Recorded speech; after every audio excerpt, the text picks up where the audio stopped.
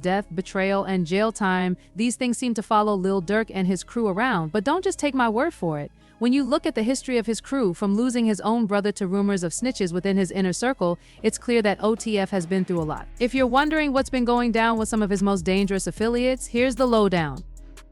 King Von was one of those rare artists who seemed destined for greatness. Straight out of O Block in Chicago, Von wasn't just another rapper, he was the real deal. His music connected with people in a way that felt genuine because he poured his life and pain into it.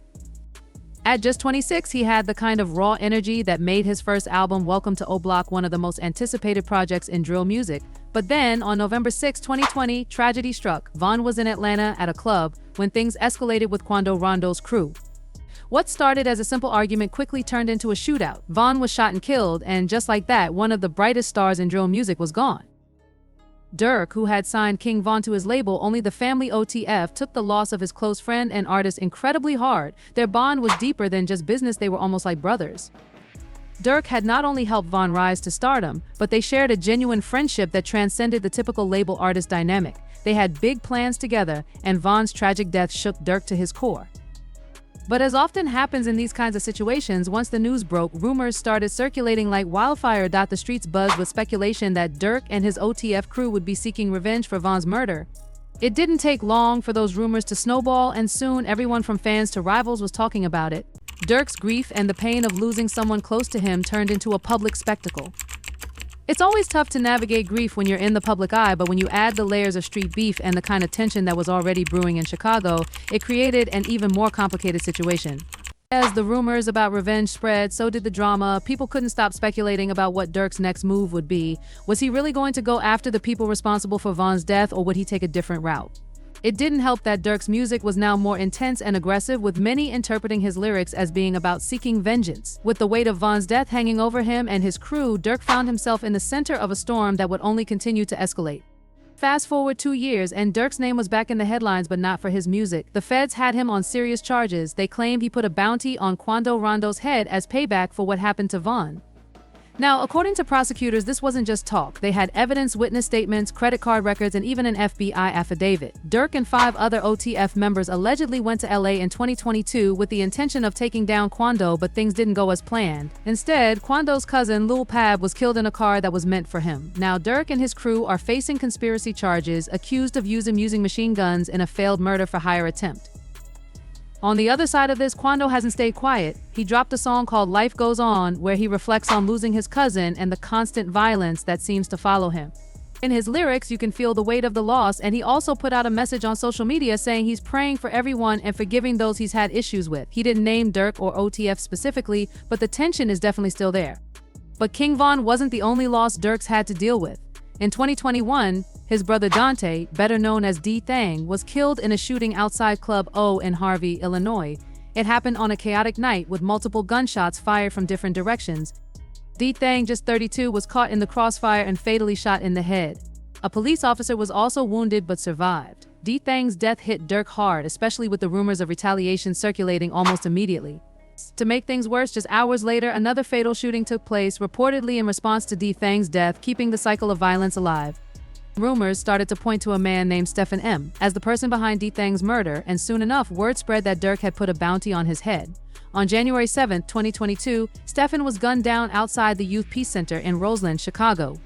A gunman reportedly jumped out of a vehicle and shot him dead on the spot. A security guard was also injured but survived.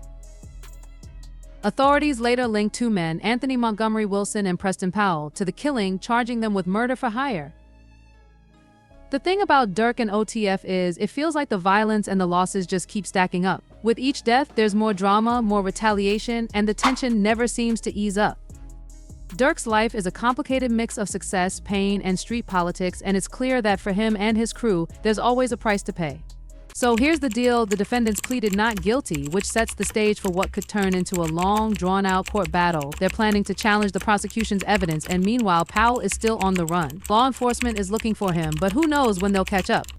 Now, let's talk about another crazy situation, this time with OTF Booka. You might know him as Michael L. Golden, one of Lil Durk's most loyal guys. He's like Durk's right-hand man, always got his back, even in situations like that viral clip where he stepped in to protect Durk from a wild fan. Loyalty's his thing, right? But loyalty in the streets comes with risks, and Booka learned that the hard way.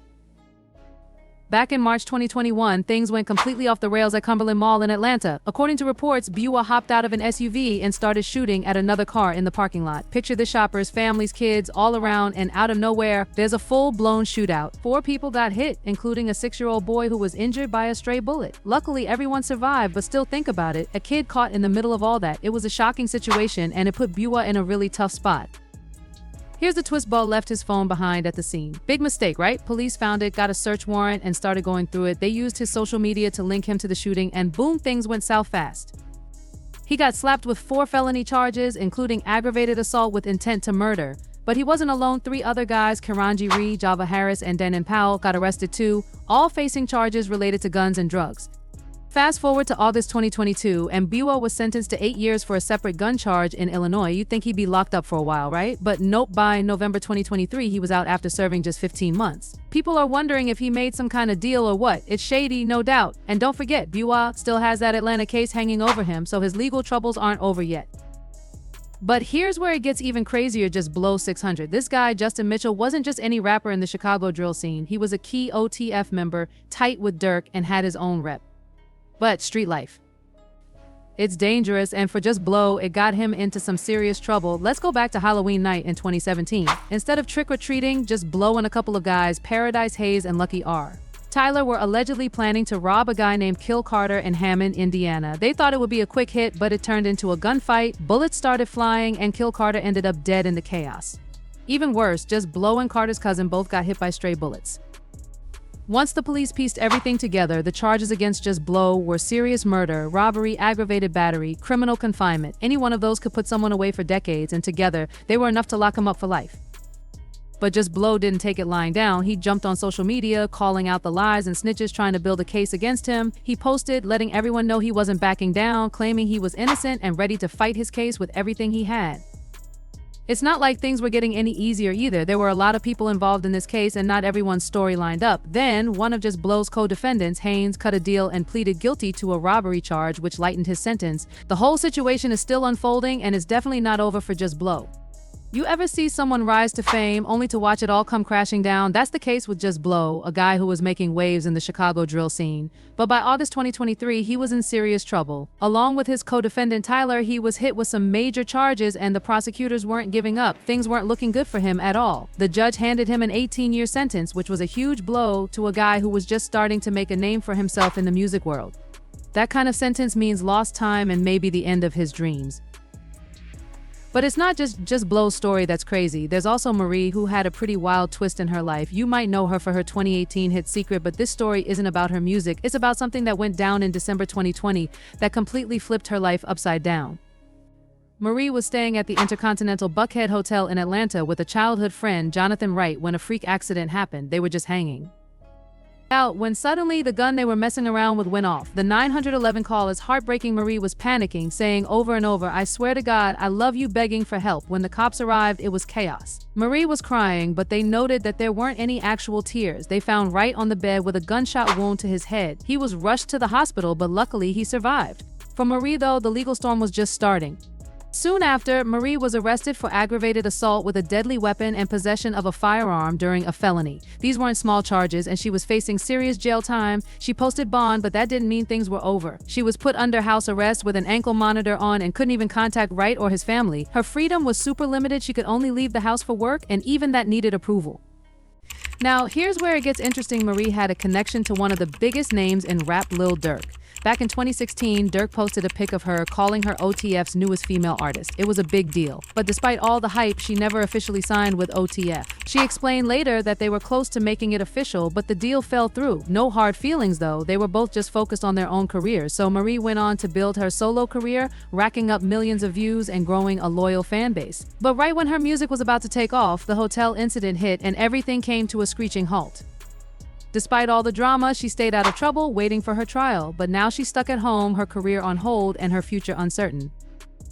And just when you think it can't get crazier, there's another story coming out of Chicago. This time, it's about Muwop, another artist affiliated with Lil Durk's OTF crew. Muwop is now facing serious charges in connection with a high-profile murder case.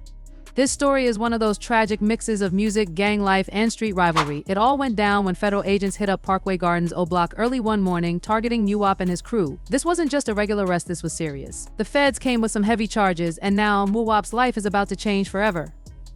So, this whole thing starts with a racketeering conspiracy that's connected to a bunch of violent events, including the murder of FBG Duck in 2020. But to really understand what's going on, let me give you some context. FBG Duck, whose real name was Carlton Weekly, wasn't just some random guy, he was a big name in Chicago's gangster disciples. And his gang was seriously beefing with the Black Disciples. It all went down on a hot summer day in 2020 when Duck was just chilling outside a designer clothing store in Chicago's Gold Coast area. Out of nowhere, two cars roll up and the shooters jump out, spraying bullets. Duck tried to run, but he got hit. The footage later showed the shooters jumping back in a black car and speeding off, along with a gray Chrysler. Wild, right? The feds weren't playing around. By October 13, 2020, they raided O Block, arrested 5 people connected to Duck's murder, including Muwop, and hit them with a bunch of charges like racketeering, unlawful firearm use, and assault. But this is where it gets interesting. Rumors started swirling. At first, people thought maybe King Von, another O Block legend who tragically passed away in 2020, could have ordered the hit. Some even thought he might have paid the shooters, but Duck's homie, FBG Butter, wasn't having it. He shot that theory down, saying it didn't make sense. He suggested someone with a lot of money like Lil Durk could have been behind it. And then there's the fact that Muwop's arrest footage was nowhere to be found. Butter was like, how did they get him and C-May at a private hangar? Who's paying for all this? Now, here's where it gets even crazier. By the time these arrests went down, King Von was already gone. So who was really behind funding those private jets that seemed to be flying in and out of the picture? FBG Butter was asking all the right questions when he pointed out V's dead, but who's paying for these flights? It's one of those questions that keeps you up at night, wondering about the power dynamics and who's still calling the shots behind the scenes. The fact that no one's been able to come up with solid proof about who was actually funding it all only adds more layers to the mystery. But then there's Muwop. Despite the weight of a life sentence hanging over him, he sent a message to his family from jail saying that he'd be home soon and that he was keeping his head high. That's a bold claim to make, considering the circumstances. With a sentence like that, it'd be easy for anyone to fall into despair, but Muwop seems to have a different energy. He's holding on to hope, maybe clinging to the idea that the situation will somehow take a turn in his favor. But it raises the question, what's keeping him so confident? Is he truly optimistic about his future, or is he just trying to keep his family and supporters from losing faith? It's a game of survival for these guys, and no one really knows what the future holds for them. The more we learn about the inner workings of the OTF crew and the people around them, the more we realize that it's not just about music or fame, it's about loyalty, survival, and the messy web of connections they've built. But not everything in Lil Durk's circle is all doom and gloom. Take Dudy Low, for example. This story has its ups and downs, but it's definitely a win for him.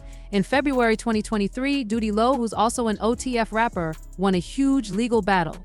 He got awarded $1 million in a defamation lawsuit against his ex-girlfriend, FTN Bay.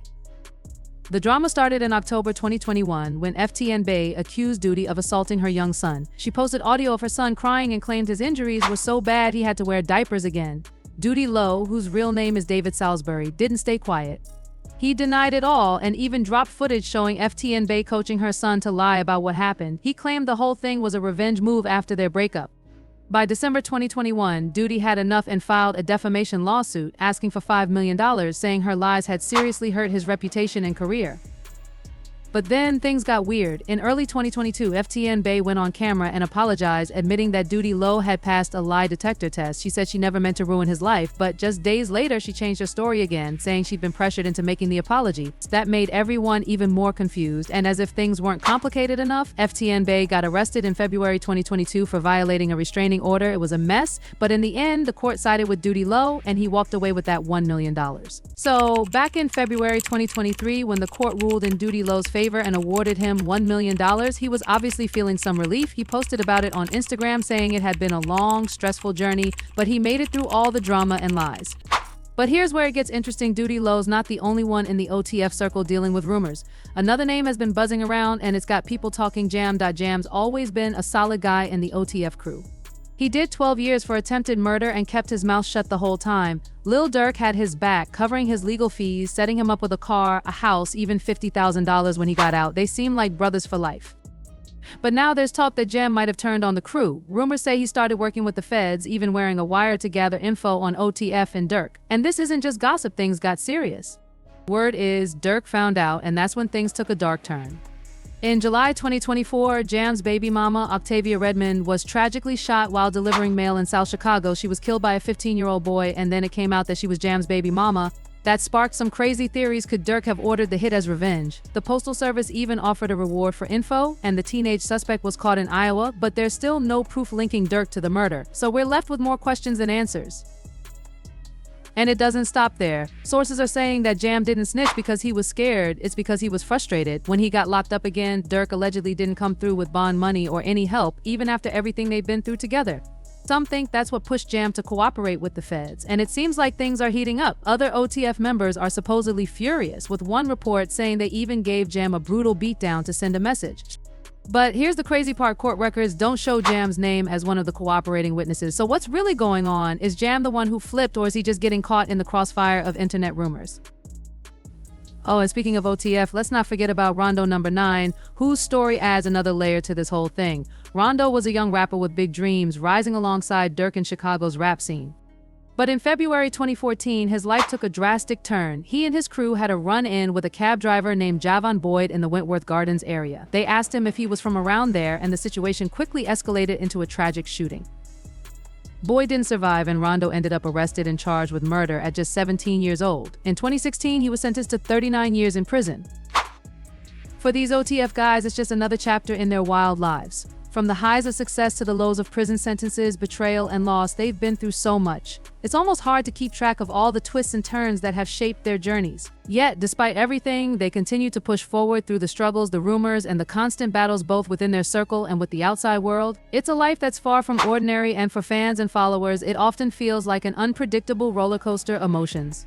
Take Dudy Low, for example. Despite all the public drama and the courtroom victory that should have been a moment of celebration, the road to that win was anything but smooth. He had to fight hard for what he got, enduring a lot of personal and public setbacks along the way. When the court ruled in his favor, he finally found some relief, but it didn't erase the years of stress and pressure he had faced. Yet, as he shared on social media, his strength and resilience pulled him through. But even after that victory, things weren't smooth sailing. The drama surrounding his name didn't stop.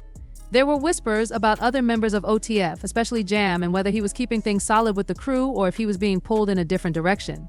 Jam's name has been dragged through the mud, and the rumors that he flipped on OTF and started working with the feds are still buzzing in the streets. Is he the one who betrayed the trust of his brothers, or has he been falsely accused?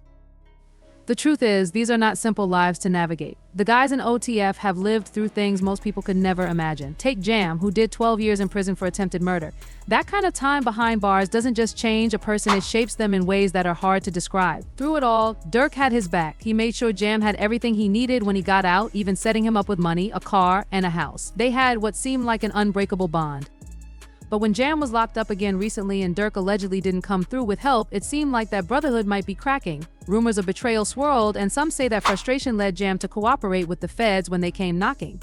His loyalty question left him in a tough spot. Then there's the tragic death of Jam's baby mama, Octavia Redmond. She was shot and killed during a routine day of delivering mail, and the circumstances surrounding her death have raised serious questions. Was it really a random act of violence, or was it tied to Jam's alleged betrayal? Did Durk have anything to do with it? This kind of speculation only adds more fuel to the fire. And even though law enforcement has yet to connect Durk to the murder, the theories continue to grow. It's a perfect storm of drama and heartbreak that keeps people talking. Of course, this isn't the first time OTF has been caught up in tragic and complex situations. Take Rondo number 9, who was a rising star in the rap game alongside Durk, but everything changed one fateful night in 2014 when a senseless murder sent his life spiraling into chaos. After being convicted, he received a lengthy prison sentence that stalled his career. And like Jam, Rondo's story is a reminder of how quickly things can go from fame and success to a fight for survival. For the members of OTF, it's more than just music. It's about surviving the streets, staying loyal to each other, and facing whatever comes their way, even if it means being caught in the middle of rumors, betrayals, and personal demons. This life is far from easy, and the sacrifices are real, but they keep going because that's all they know. For fans, it's hard to look away. There's always another chapter to be written, another twist in the story. Want to dive deeper into the lives of OTF and all the drama that surrounds them? Head over to our website for more stories, exclusive content, and insights you won't want to miss. We've got the inside scoop on all the latest developments and the untold stories that you won't hear anywhere else. Trust us, you won't want to miss what's coming next.